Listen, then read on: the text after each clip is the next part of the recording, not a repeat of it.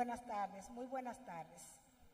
Para la Comisión Permanente de Género y Acceso a la Justicia de la Cumbre Judicial Iberoamericana y para el Poder Judicial Dominicano, a través de lo que implica una justicia inclusiva y una justicia que garantice la dignidad de las personas, es pertinente, relevante, imprescindible contar con esta socialización. Una socialización que implique vernos a nosotros mismos, vernos a nosotros como país, con nuestra historia, con nuestras situaciones particulares y ver la situación de cómo las mujeres podemos ser discriminadas, no solo por el hecho de ser mujeres, sino que además del hecho de ser mujeres, ser discriminadas por estar privadas de libertad. Lo que implica esta privación de libertad, sus consecuencias en todos los ámbitos serán objeto de socialización. Y para esta socialización contamos con la magistrada María Garavito, quien es jueza de la Sala Penal de la Suprema Corte de Justicia. Entonces, de María, y la voy a llamar así, nuestra colega de muchos años en muchas instancias, vamos a decir que es una persona, primero, comprometida con lo que implica la igualdad y la no discriminación. Una persona que ha desempeñado cargos judiciales, primero desde el Ministerio Público y luego en el Poder Judicial como jueza de primera instancia, jueza de Corte de Apelación, presidenta de Corte de Apelación en el Departamento Judicial de San Cristóbal, siempre en el área penal, y actualmente jueza de la Suprema Corte de Justicia en el área penal. María va a compartir con nosotros lo que implica ese programa del Poder Judicial Dominicano relativo a la optimización del proceso penal y todas sus características. También compartirá el hecho de los contextos, la relevancia del contexto. De la misma manera como los ordenamientos jurídicos no nacen en el desierto, las situaciones particulares de las áreas geográficas de nuestros países permean los procesos de socialización que muchas veces llevan a esa discriminación estructural y aún más a esa discriminación cuando como mujeres estamos privadas de libertad. También nos acompañará en este conversatorio Angélica Suárez, quien es abogada consultora de la Secretaría de la Corte Interamericana de Derechos Humanos. Es colombiana, abogada, vamos a decir así, egresada de la Universidad de Rosario y se ha especializado con una maestría en Indiana, Estados Unidos, sobre el derecho internacional de los derechos humanos. A ambas agradecemos su compromiso para su participación en el taller. Desde que las contactamos dijeron un rotundo sí, y por eso están aquí hoy. Las recibimos con un aplauso y vamos a invitar a la magistrada Garavito a que nos acompañe en la primera parte de nuestra socialización.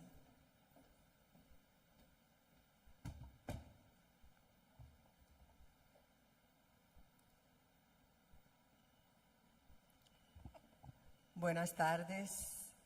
Yo quisiera pedir de manera especial un aplauso para todos los invitados internacionales que nos acompañan en este día tan maravilloso y tan conmemorativo para nosotros. Bienvenidos, bienvenidos. Yo espero que mañana haga sol y que sientan ese calorcito, pero desde ya reciban el calor humano que los dominicanos les brindamos. Muchísimas gracias. Quiero darle un especial agradecimiento y también una especial bienvenida a la magistrada Maite Oronoz Rodríguez y también por el esfuerzo de este maravilloso acto, para que este maravilloso acto sea una realidad. Y a todos los invitados especiales que tenemos acá y también de otras instituciones y organismos público que integran también el accionar de la justicia penal aquí en República Dominicana. Buenas tardes a todos. Nos convoca aquí un tema que sigue vigente en nuestra sociedad y que afecta de manera profunda a las mujeres: la violencia simbólica y la violencia política. Estos tipos de violencia no siempre se manifiestan de manera directa. Su impacto se encuentra en las estructuras, normas y prácticas que colocan a las mujeres en posiciones de subordinación o de exclusión.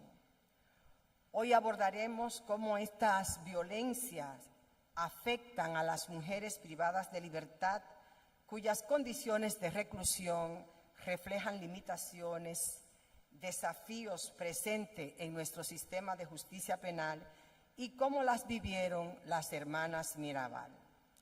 Para ello, me voy a permitirle en contexto, sobre todo porque tenemos invitados internacionales que, aunque sé que conocen de lo que vivió la República Dominicana durante la tiranía de Trujillo, pero igual quiero refrescarle.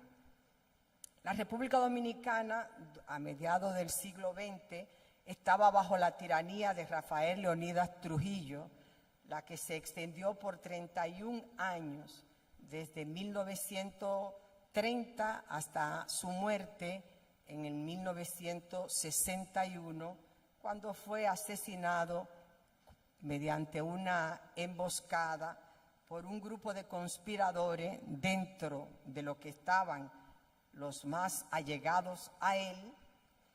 Esta época aquí en la República Dominicana y también en el Caribe y toda Centroamérica es recordada como uno de los periodos más oscuros de la historia dominicana. El jefe o el benefactor, como también se le conocía al tirano, ejerció una dictadura extremadamente represiva y controladora, marcando al país con políticas autoritarias, brutalidad y un culto a la personalidad sin precedente.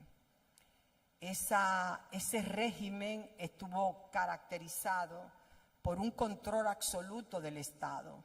Trujillo no solamente dominó y controló todos los estamentos del Estado, sino también toda la esfera privada en la República Dominicana.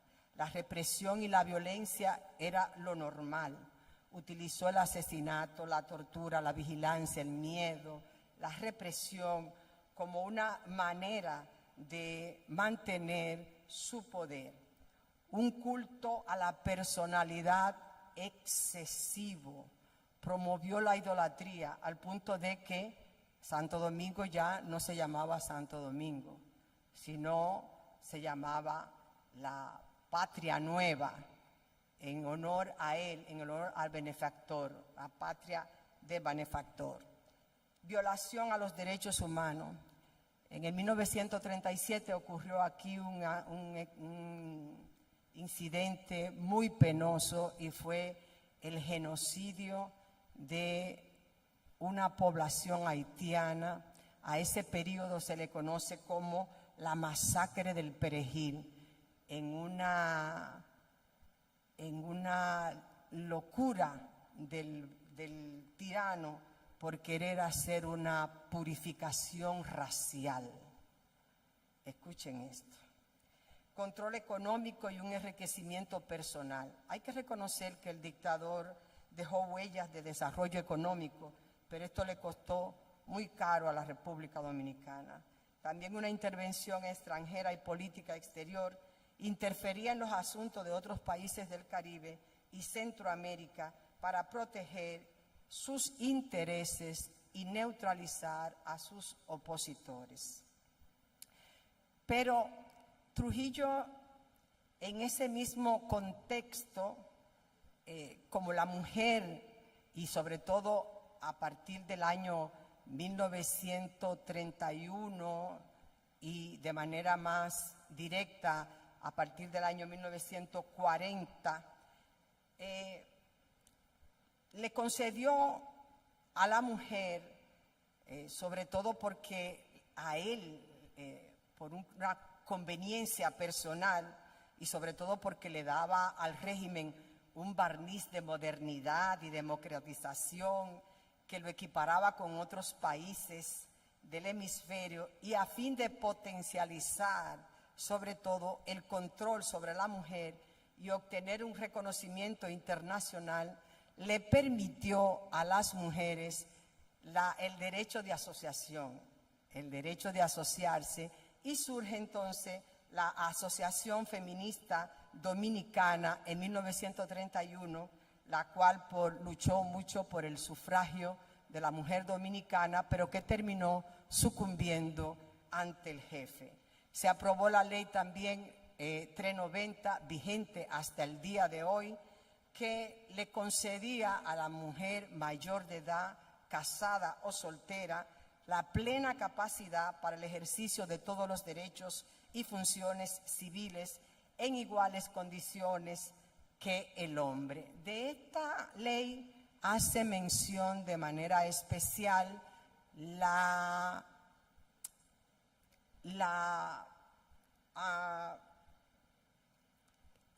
bueno, quería reservarme el apodo, el nombre, pero lo voy a decir, la mariposa Minerva Mirabal, en su tesis de grado.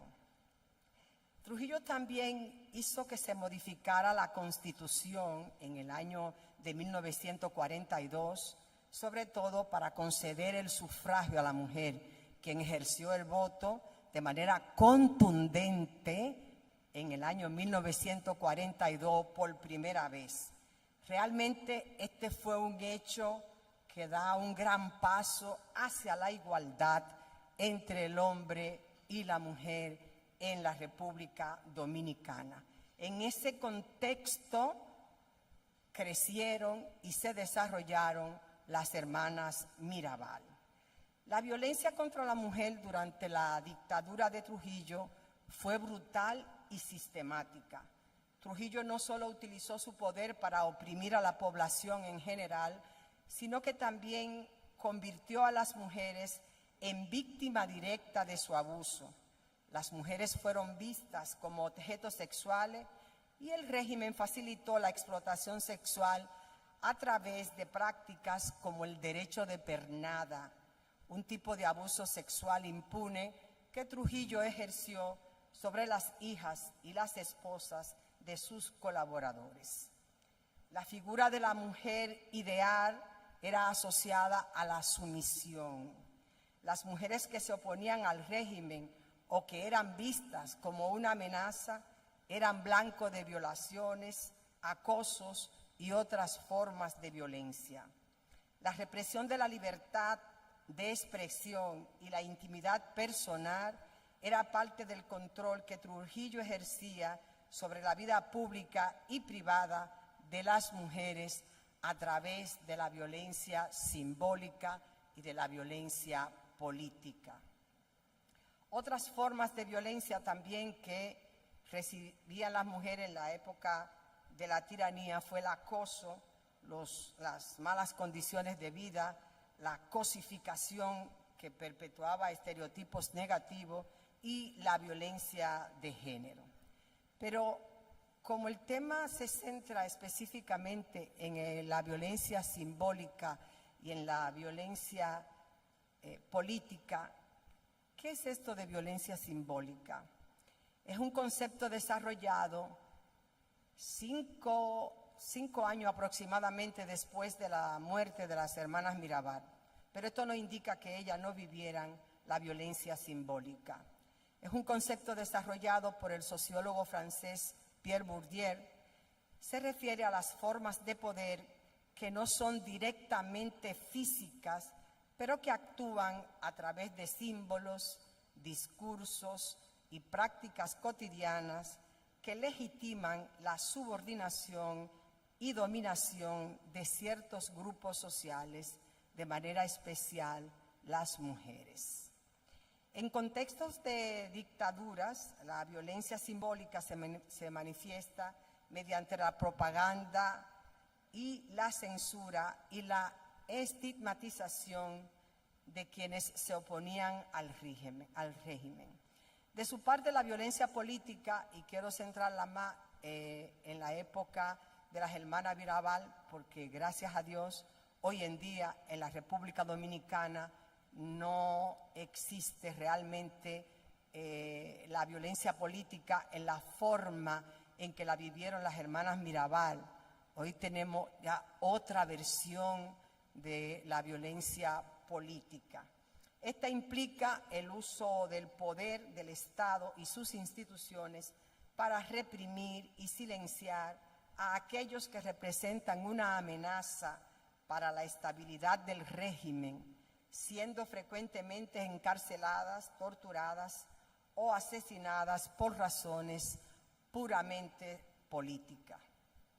La violencia política y simbólica hacia la mujer ha sido un tema central en la lucha por la equidad de género y la defensa de los derechos humanos. Un caso emblemático que encapsula estas formas de violencia es la de las hermanas Mirabal, Patria, Minerva y María Teresa.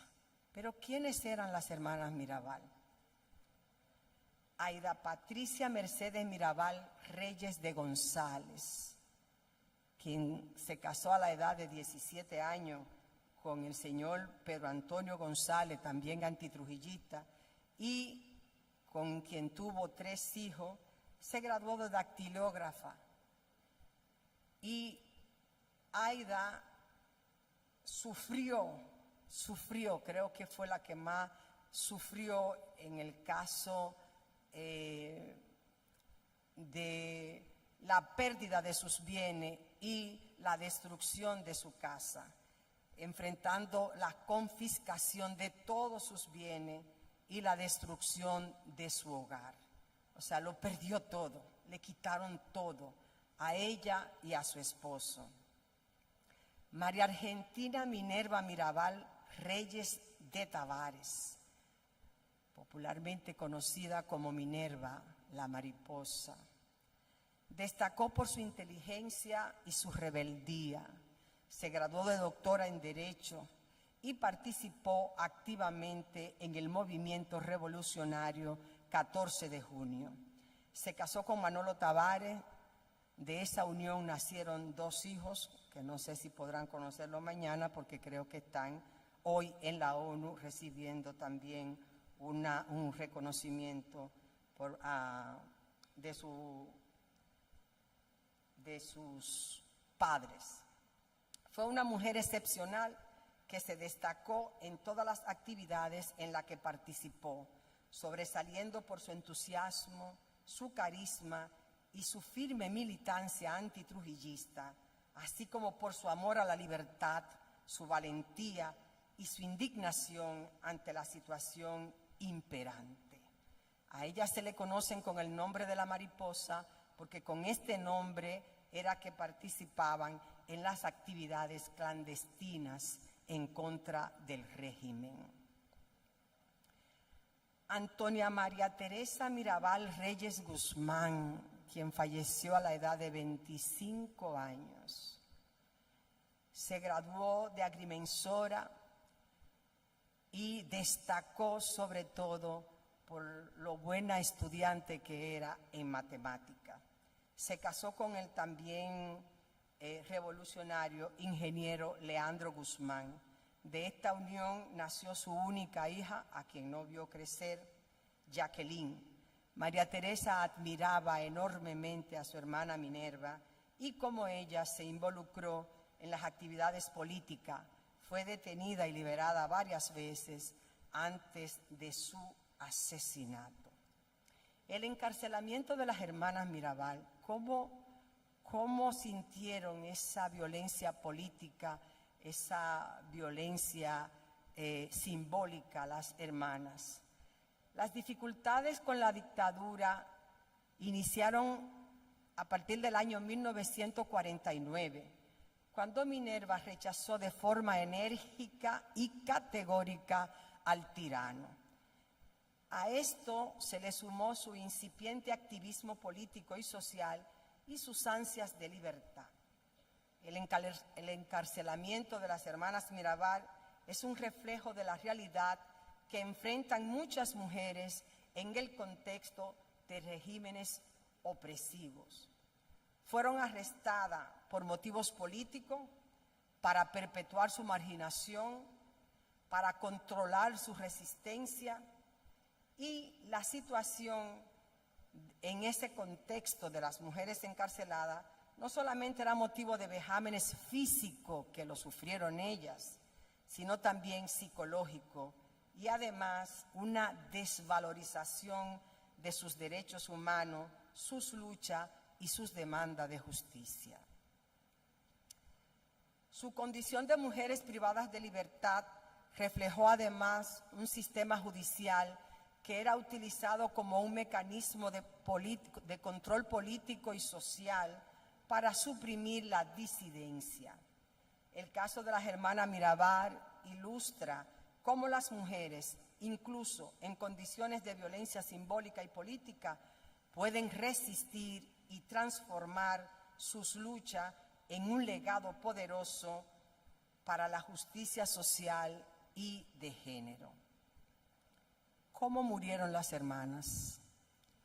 Un día como hoy, un 25 de noviembre, cuando regresaban de visitar a sus esposos que se encontraban recluidos en la cárcel de Puerto Plata, fueron emboscadas, secuestradas y trasladadas a un lugar en donde fallecieron a palo. Su hermana Dedé sospecha que primero la asfixiaron y luego le dieron palos. Este brutal acto fue consecuencia de su activismo político y la amenaza que representaban para la dictadura. Su muerte en principio fue presentada a la comunidad dominicana y a la comunidad internacional como un accidente, pero esto nadie lo creyó. La mataron para silenciarlas porque se atrevieron a desafiar el poder patriarcal del régimen. El legado de las hermanas es un legado poderoso y perdurable. Su sacrificio sirvió como catalizador para el movimiento opositor que finalmente culminó con la caída del Trujillato. Se convirtieron en símbolos de resistencia y lucha por la libertad en la República Dominicana y América Latina. Su historia sigue inspirando a activistas en todo el mundo a luchar contra la opresión y por la justicia social. Cada 25 de noviembre se conmemora el Día Internacional de la Eliminación de la Violencia contra la Mujer en honor a las hermanas Mirabal y a todas las mujeres que han sufrido violencia, sobre todo violencia de género. Esto por la resolución de la ONU aprobada el 7 de febrero del año 1999. Cierro el tema de las hermanas Mirabal con una frase de Minerva que dice: la mujer debe ser libre, debe ser dueña de su destino, sin que el hecho de ser mujer la haga menos valiosa que un hombre. Minerva Mirabal. ¿Cómo viven hoy día las mujeres privadas de libertad la violencia simbólica y política en la República Dominicana? Las mujeres privadas de libertad enfrentan diversas formas de violencia simbólica y política que afectan profundamente su dignidad, su bienestar y sus derechos. Esta realidad refleja tanto las desigualdades de género como la discriminación sistemática hacia las personas privadas de libertad en general. La violencia simbólica, que como ya vimos, son formas sutiles de opresión y que refuerzan también desigualdades de poder y que perpetúan estereotipos de género. las mujeres privadas de libertad la sufren de la siguiente manera: estigmatización social. Las mujeres encarceladas son vistas como transgresoras de normas de género y asociadas con la vergüenza, lo que refuerza su exclusión social. Estereotipos de género. Las actividades en prisión suelen estar limitadas a tareas feminizadas, perpetuando roles tradicionales y limitando sus oportunidades de reinserción. Más adelante vamos a ver cuáles son las tareas que ellas mayormente desarrollan en los centros carcelarios. Utilizan un lenguaje y un trato degradante. Las autoridades penitenciarias a menudo usan discursos discriminatorios y actitudes paternalistas hacia la mujer. Pero hay algo que me sorprendió cuando hice un recorrido por algunas de las cárceles de mujeres acá, y es que sobre todo en las cárceles donde las custodias son mujeres, sorpresivamente ejercen violencia de género. Eso realmente me llamó mucho la atención. La violencia política implica la exclusión y la discriminación estructural que impiden a las mujeres privadas de libertad ejercer plenamente sus derechos. Se manifiestan con condiciones de reclusión precaria. Las cárceles están marcadas por hacinamiento y falta de higiene, y las necesidades específicas de las mujeres, como atención ginecológica, no siempre son atendidas. Esto no se da en todos los centros carcelarios. Gracias a Dios tenemos un modelo que permite hoy día ya segregado, porque tenemos cárceles mixtas en donde están hombres y mujeres. Sobre todo en estos centros que están compartidos es donde se visualiza este tipo de violencia. La invisibilidad en las políticas públicas. Esto abarca todo el centro, no importa que sean del viejo o del nuevo modelo. Las mujeres privadas de libertad no son una prioridad en las políticas penitenciarias, y los programas de rehabilitación carecen de perspectiva de género, pese a que se diseñan políticas supuestamente dirigidas a las mujeres. Vulnerabilidad al abuso de poder. Las mujeres en prisión son vulnerables al abuso sexual y otras formas de violencia con alta impunidad debido al desequilibrio de poder. La separación de la familia y roles maternales. Muchas mujeres enfrentan la separación de sus hijos, y aunque algunas cárceles permiten que los niños permanezcan con sus madres, esta situación no siempre está bien regulada. Y aquí quiero añadir que, por ejemplo, en República Dominicana, no todas las cárceles, y vamos a ver, por ejemplo, que solamente para acá, para el sur, tenemos Najayo Mujeres, en donde tienen un centro donde las mujeres que están embarazadas pues pueden dar a luz y permanecer con su niño por espacio de 12 meses, no más. A partir de ahí ya deben ser separados, obvio también por un tema del niño y de las condiciones de desarrollo para el niño, pero también las madres sufren mucho y también los familiares. A esto también hay que agregarle que la República Dominicana no cuenta con cárceles en todas las provincias, sobre todo cárceles hoy día del nuevo modelo. Entonces, por ejemplo, tenemos el caso acá de San Cristóbal y Baní, en donde vienen todas las mujeres privadas de libertad de lugares lejanos como Pedernales, Oviedo, Elías Piña.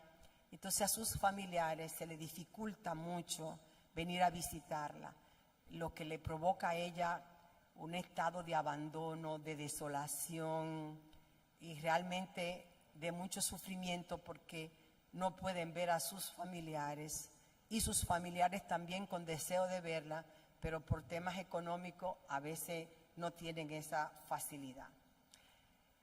Las condiciones actuales de las cárceles de mujeres en la República Dominicana reflejan desafíos significativos en términos de infraestructura, salud y derechos humanos. Aunque las cárceles para mujeres presentan menos hacinamiento que la de los hombres, enfrentan problemas similares de insalubridad, atención médica deficiente y falta de recursos básicos. Quisiera destacar solamente en este aspecto, en los aspectos positivos, que el sistema busca rehabilitar a las internas a través de programas educativos, culturales y de formación laboral. Y reitero aquí, aunque de forma limitante, se imparten cursos técnicos, programas universitarios y oficios como la costura, eso le decía anteriormente de la feminización de las actividades, y también expresiones artísticas como el canto, el teatro. Aquí viene algo muy interesante con relación a un beneficio penitenciario que trae la Ley 113-21 sobre el régimen penitenciario, y es el beneficio penitenciario del medio libre. Todas las mujeres de todas las cárceles que visité, ese es su sueño, pasar al medio libre. El medio libre consiste en que pueden visitar a sus familiares, en que pueden trabajar, en que pueden salir, y sobre todo las que tienen niños pequeños, estar con sus hijos, prepararlos, enviarlos a la escuela.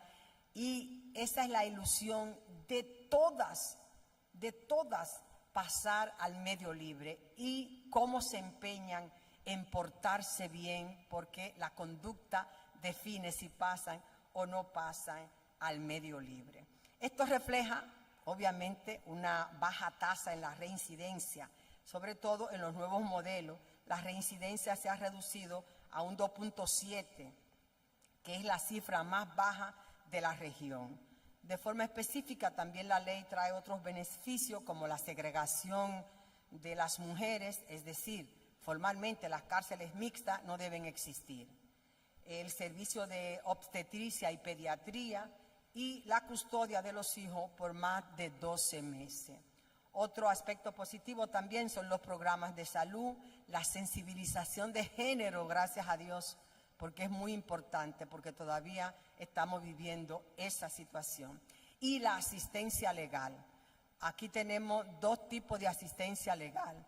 La asistencia legal para las mujeres privadas de libertad y también la asistencia legal para las víctimas, en este caso, cuando son víctimas a lo interno del recinto. Este mapa refleja los centros carcelarios de mujeres.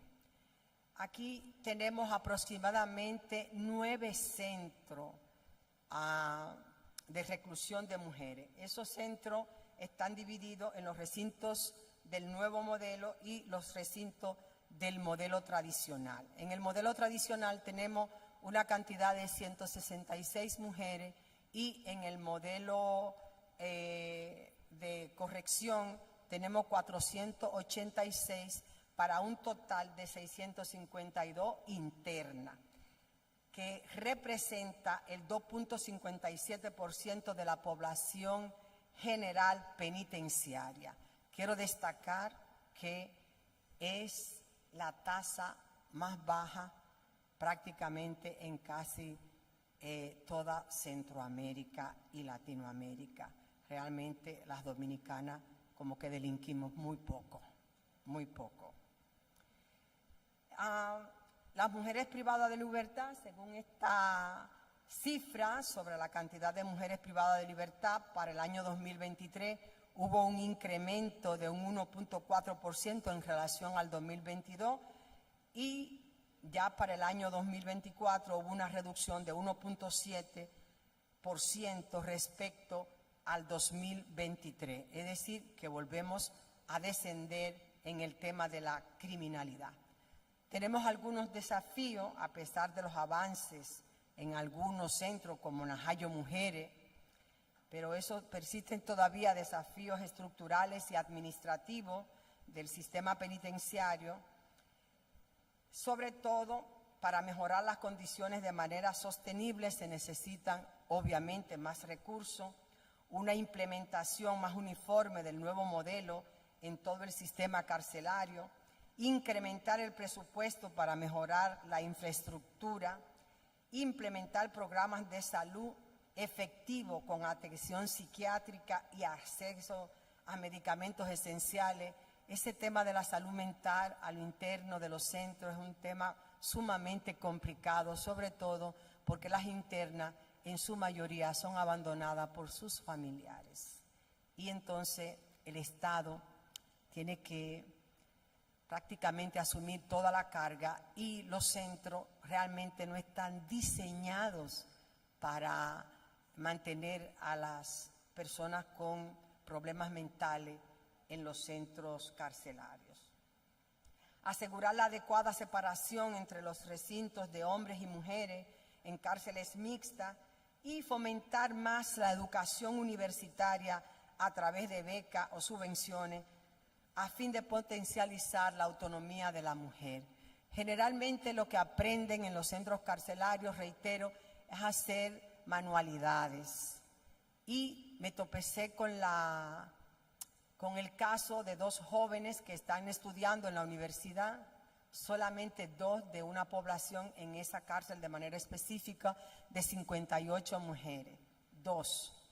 Y resulta que una es porque sus padres le pagan la universidad y otra porque una fundación, me parece, le está ayudando. Entonces necesitamos que el Estado y también las fundaciones asuman, porque ellas quieren estudiar y es un tiempo precioso para hacerlo realmente y sobre todo muy, muy, muy beneficioso. ¿Qué hace el Poder Judicial Dominicano entonces? El Poder Judicial Dominicano ha instaurado un programa de optimización del proceso penal. Este programa, que consiste en la visión institucional del Poder Judicial de una justicia al día para garantizar la dignidad de las personas, mediante la promoción, elaboración, diseño y ejecución de acciones dirigidas a la transformación de procesos y procedimientos, de modelos operativos y de gestión estandarizada, así como el uso de herramientas para el control y seguimiento de los plazos legales, ejecuciones de libertad y la toma de decisiones que impacten en la agilización de los procesos en todas sus etapas.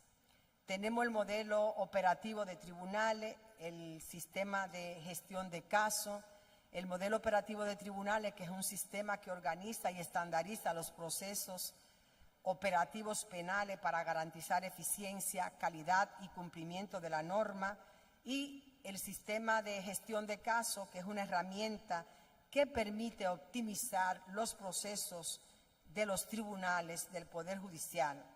Y su objetivo es mejorar la eficiencia y la oportunidad en el servicio y sobre todo el control de los plazos y la ejecución de las libertades.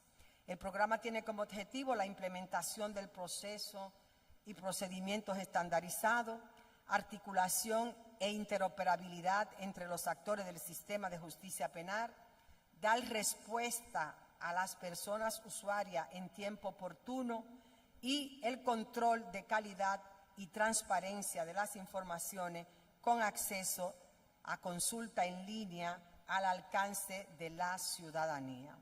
La visión del programa de optimización del proceso penal se enfoca en una justicia centrada en las personas, dejando atrás la cultura del expediente. Y con estos componentes, la interoperabilidad, la calidad, gestión del cambio y capacitación, estrategia comunicacional, articulación y coordinación interinstitucional, actualización de normativas y procesos. Tenemos también algunas iniciativas en curso y que están siendo desarrolladas, como por ejemplo el tablero de control. Esta es una herramienta que permite ver la fecha en la que una persona cumple la condena y debe ser ejecutada su libertad. Lo que queremos es que una vez que la persona cumpla, no dure un segundo más en la cárcel de manera indebida. La Mesa de Coordinación Interinstitucional es un espacio institucionalizado en el que participan todas las instituciones de la justicia penal para abordar y resolver las problemáticas generales y focalizadas que impactan en el conocimiento de los casos, respetando el rol y el ámbito de competencia de cada actor. ¿Cuáles son los próximos pasos que estamos prestos ya a iniciar? La implementación del reglamento del juez de ejecución de la pena, luego de la ley 113-21, que trae el beneficio del medio libre, y la resolución actual pues no lo recoge y hay que actualizarlo. La elaboración de guías de criterio para el uso de salidas alternas y mayor predictibilidad en la imposición de las penas. La elaboración de la propuesta del reglamento para los juicios a las personas inimputables y también la oficina de apoyo a la labor jurisdiccional del juez. Estas iniciativas que pronto ya estamos caminando y dando paso con la ayuda internacional para desarrollarla. Muchísimas gracias y les dejo, no sé si habrá tiempo, con el video de las cárceles dominicanas, sobre todo la que tenemos en el sur. Muchísimas gracias.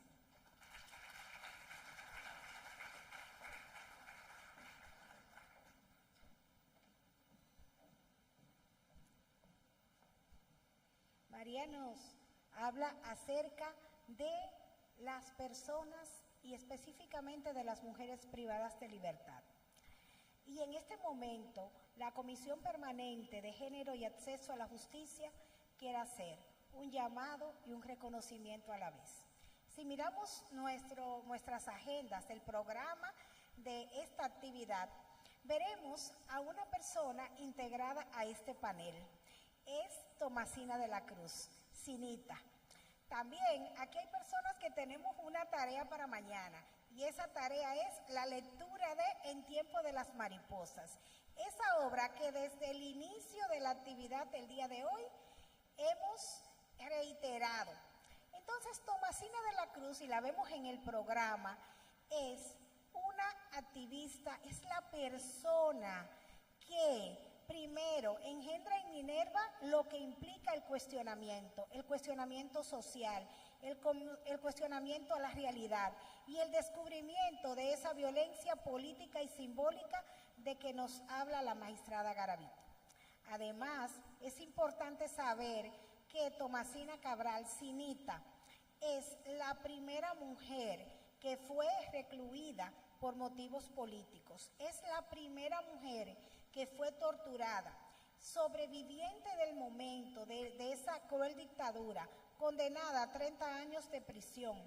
Y luego es la persona también que rechaza el indulto y que luego es, gracias a la intervención, y por eso aquí se hablaba de los personajes y se hablaba de patria, de la intervención de la comunidad y de la labor de patria a través de la socialización con la iglesia, que es liberada.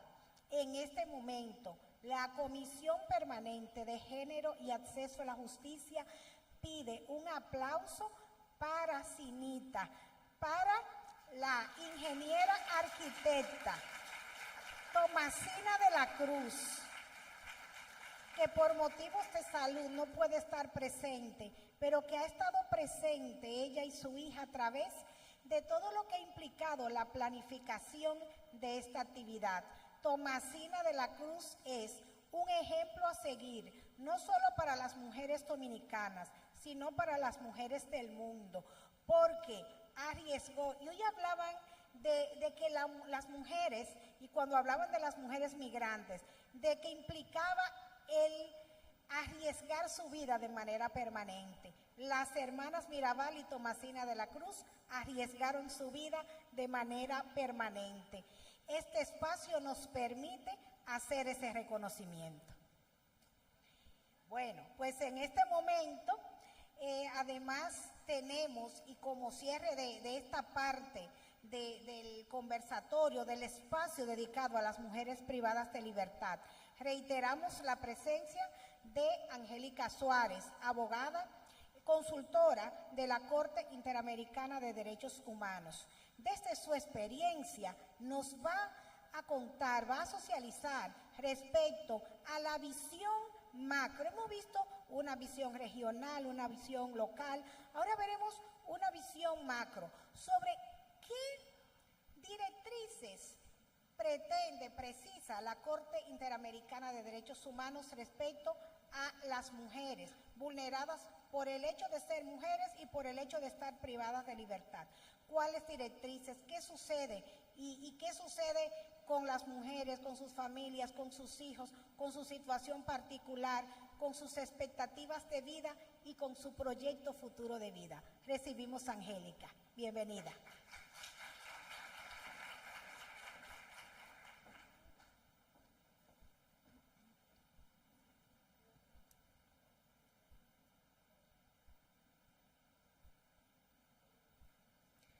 Bueno, buenas tardes. Es un gusto para mí estar aquí, un poco trayendo esta perspectiva desde la Corte Interamericana de Derechos Humanos, y es un gusto pues compartir este panel con ustedes, magistradas. Muchas gracias. Mi presentación, como refería la magistrada, se va a dividir en dos. Primero, hablaré un poco sobre el contexto internacional y las cifras de las mujeres privadas de la libertad, enfocándome un poco en nuestra región, y también en cuáles son los perfiles de las mujeres que son privadas de la libertad, para posteriormente referirme a los estándares que ha establecido la Corte Interamericana de Derechos Humanos en la opinión consultiva número 29 del año 2022 sobre los enfoques diferenciados que implican las obligaciones que tienen que adoptar los estados que son parte de la Convención para garantizar los derechos de las mujeres privadas de la libertad. Entonces, refiriéndome un poco a las cifras, es importante considerar que a nivel global, las mujeres privadas de la libertad representan el 6.9% de la población carcelaria y en las Américas representan el 8%. A pesar de que estas cifras inicialmente podrían parecer bajas comparadas con el porcentaje de población masculina que está privada de la libertad, en los últimos años la población carcelaria femenina ha venido en aumento, y esto hace que haya logrado duplicar el aumento de la población carcelaria general.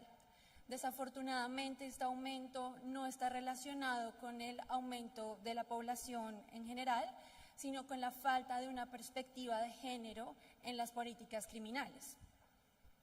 Particularmente entre el año 2000 y mediados del año 2022, en 9 países de América, se ha visto un incremento de la población carcelaria femenina del 56.1%, mientras que el incremento de la población carcelaria general fue de un 24.5%. Esto refleja entonces políticas criminales que carecen de una perspectiva de género y también pone a la región como la región que tiene la tasa más alta de población carcelaria femenina, con una tasa de 30 por cada 100.000 habitantes. Un poco refiriéndome entonces al perfil de quiénes son las mujeres que son privadas de la libertad, pues principalmente son mujeres que son madres, según las cifras de la Comisión Interamericana de la Mujer, representan el 87% de las mujeres privadas de la libertad que tienen hijos o hijas, con un promedio de 3 hijos por mujer que está privada de la libertad. Además, son privadas de la libertad principalmente por delitos que constituyen hechos no violentos y que están relacionados mayoritariamente con el tráfico de estupefacientes. Esto lo que refleja también es que las mujeres que están más expuestas a la pobreza y a la marginalidad, pues terminan involucradas en este tipo de hechos. Estos hechos además tienen unas penas que son menores, y esto vamos a ver cómo impacta las condiciones que tienen las mujeres en los centros penitenciarios. Como ya se ha hablado a lo largo de este día en diferentes paneles, pues las mujeres somos quienes asumimos mayoritariamente labores de cuidado, y esto no es diferente para las mujeres que están privadas de la libertad. En América Latina, las mujeres son las que principalmente están a cargo de hogares monoparentales, y esto hace que cuando son privadas de la libertad no solo terminan afectadas ellas, sino también las personas que están bajo su cuidado. Esto hace que cuando son privadas de la libertad, sus hijos e hijas normalmente quedan al cuidado de los familiares más cercanos, e incluso se requiere en muchos casos el apoyo de los servicios estatales para garantizar su bienestar. Esto afecta a los niños y a las niñas, sometiéndolos a una ruptura de los lazos de protección con sus madres, y además puede traer consecuencias en el largo plazo, como que estén expuestos a la pobreza, a la marginalidad, y que puedan terminar involucrados con el crimen organizado, o también que puedan ser institucionalizados. Adicionalmente, hay que considerar que los centros penitenciarios están pensados desde una perspectiva androcéntrica. Están pensados para una población masculina, joven, marginalizada, y que principalmente está privada de la libertad por la comisión de hechos violentos. Esto se diferencia de los perfiles de las mujeres que están privadas de la libertad, e impacta tanto en el trato que reciben las mujeres en los centros penitenciarios, como la falta de infraestructura adecuada a las necesidades diferenciadas que tenemos las mujeres. Es así como las principales dificultades que se han identificado que enfrentan las mujeres que están privadas de la libertad son la falta de atención médica especializada pre y posparto, la falta de protocolos adecuados para el parto, el uso inadecuado de grilletes y esposas, la falta de vestimenta y nutrición adecuadas, y la privación de contacto entre las madres o las mujeres con responsabilidades de cuidado y las personas que están bajo su cuidado. Es así como es necesario reconocer entonces que las mujeres tienen unas condiciones especiales, como ser cuidadoras, ser madres, estar en embarazo o en lactancia, que las somete a una condición de especial vulnerabilidad cuando están privadas de la libertad, y por tanto los estados tienen la obligación de adoptar enfoques diferenciados, lo que se traduce en adoptar políticas tanto criminales como penitenciarias para atender a los perfiles particulares de las mujeres que están privadas de la libertad, a sus vulnerabilidades, a sus condiciones sociales y a sus responsabilidades de cuidado. Es esto lo que ha establecido la Corte en la opinión consultiva número 29 de 2022, donde establece algunos parámetros para guiar las obligaciones que tienen que adoptar los estados. En primera medida, entonces, la Corte establece que debe haber una prioridad en el uso de medidas alternativas o sustitutivas de las penas privativas de la libertad, o en su defecto, formas de detención que sean morigeradas, como por ejemplo la prisión domiciliaria. Esto para atender precisamente al perfil de las mujeres privadas de la libertad con responsabilidades de cuidado, y que la privación de la libertad tenga el menor efecto tanto en sus vidas como de las personas que están bajo su cuidado, y además atiende al interés superior de los niños y de las niñas y al tipo de delitos que cometen las mujeres. En casos en los que esto no fuera posible, entonces aplica el principio de separación entre los lugares de detención de mujeres y hombres. No solo esto quiere decir que debe haber una separación física en los pabellones o secciones entre mujeres y hombres, sino también que los lugares donde están detenidas las mujeres cuenten con personal de seguridad femenino, con infraestructura adecuada para atender a sus necesidades, y que también responda a los niveles de seguridad y las medidas restrictivas que correspondan con el tipo de crímenes que las mujeres han cometido.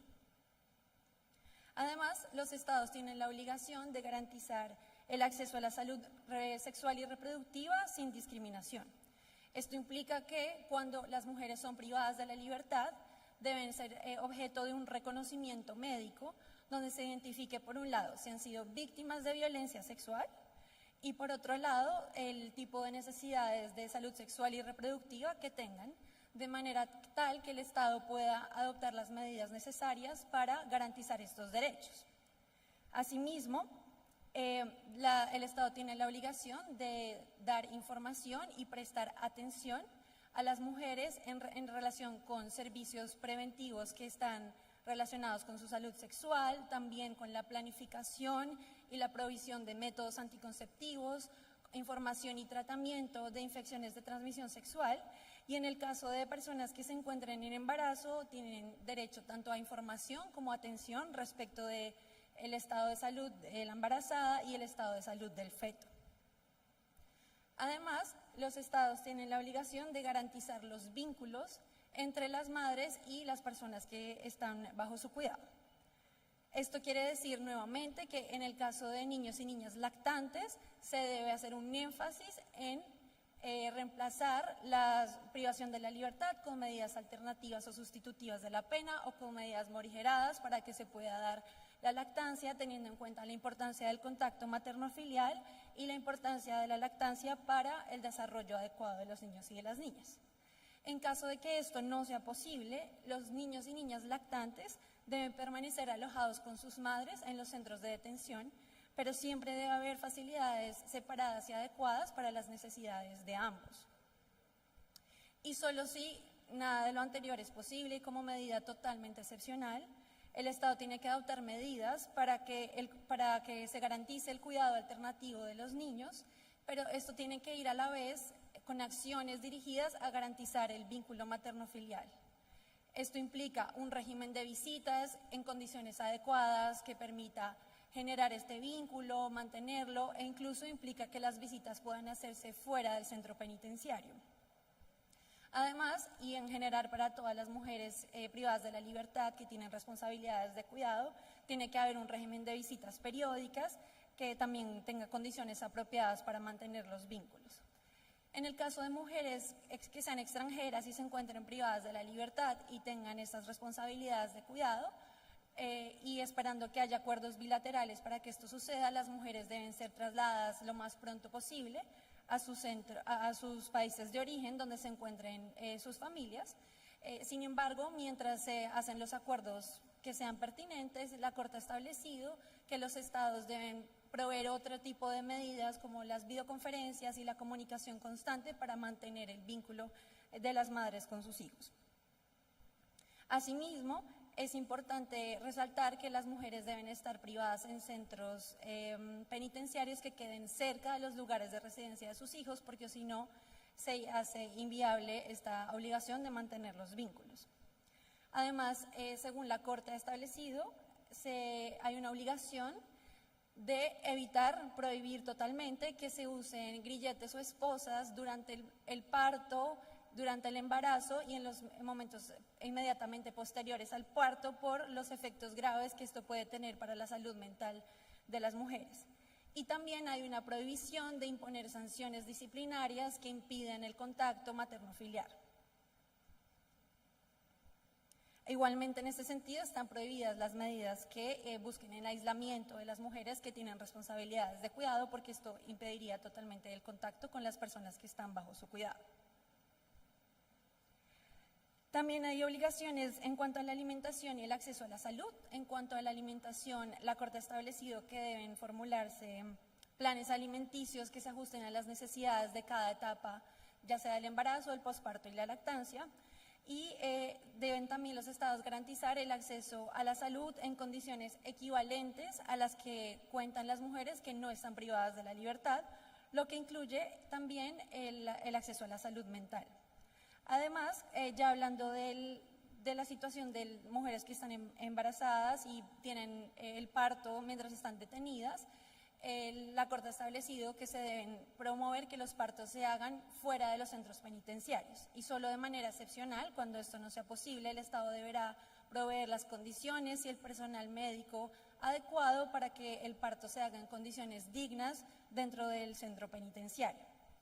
También hay una obligación de garantizar el acceso a la higiene, particularmente en relación con la menstruación. Los estados tienen la obligación de garantizar el acceso al agua y a los productos de higiene personal en cantidad y frecuencia que sean las adecuadas, y también garantizar que tengan vestimenta que se adecue a las necesidades de los cuerpos cambiantes durante las diferentes etapas de la maternidad. Y finalmente, la Corte ha sido enfática y también tiene jurisprudencia reciente en la obligación de los estados de eliminar la violencia obstétrica, particularmente en lo que tiene que ver con las mujeres privadas de la libertad. El Estado tiene que dar una atención respetuosa a la maternidad, lo que implica que se mantenga su dignidad, privacidad y confidencialidad durante el parto, que además se les garantice su derecho a tomar decisiones informadas sobre los procedimientos médicos que son precisos, y también que puedan recibir el apoyo de las personas que sean de su elección durante todo el trabajo de parto, así como que haya una comunicación efectiva por parte del personal médico que las atiende y que esta comunicación sea simple y culturalmente adecuada a la mujer que está recibiendo la atención. Finalmente, esta obligación de prevención, investigación y erradicación de la violencia obstétrica implica el acceso a la justicia. Y por esto los estados tienen la obligación de tipificar la violencia obstétrica como un delito en sus legislaciones internas, y en relación con las mujeres privadas de la libertad deben proveerles recursos tanto administrativos como judiciales para que las mujeres puedan denunciar estos hechos y asimismo obtener reparaciones adecuadas en caso de que esto haya ocurrido. Esto sería todo por el momento. Muchas gracias. Muchísimas gracias. Y en el día de hoy se ha hecho un llamado a la reflexión. Se ha pedido reflexionar sobre la importancia de utilizar no solo las disposiciones normativas de los ordenamientos jurídicos locales, de aplicar además los estándares internacionales. Se ha reflexionado acerca de la importancia de que los productos de la Comisión Permanente de Género y Acceso a la Justicia también sean conocidos y que sean referentes en la aplicación, en ese sentido y alcance y la decisión de los casos concretos, y específicamente en los casos concretos de mujeres. También reflexionamos y destacamos la importancia de, tal como nos decía Rosana Chacón, de que los casos en que las mujeres estemos involucradas sean decididos en el plazo razonable. Que es relevante también es que en el caso de las mujeres privadas de libertad, reiteramos, un colectivo que podemos recibir discriminación, no solo por el hecho de ser mujeres, y como hoy se ha hablado de interseccionalidad, por el hecho de ser mujeres, por el hecho de nuestra condición política, social, económica, la situación étnica, preferencia sexual y además privada de libertad. Qué relevante es tomar en cuenta que los poderes judiciales realicemos, concreticemos y que llevemos a la práctica políticas internas que contribuyan ¿a qué? A que la dignidad de las personas y específicamente de las mujeres privadas de libertad sea un tema que siempre permanezca en agenda. Muchísimas gracias.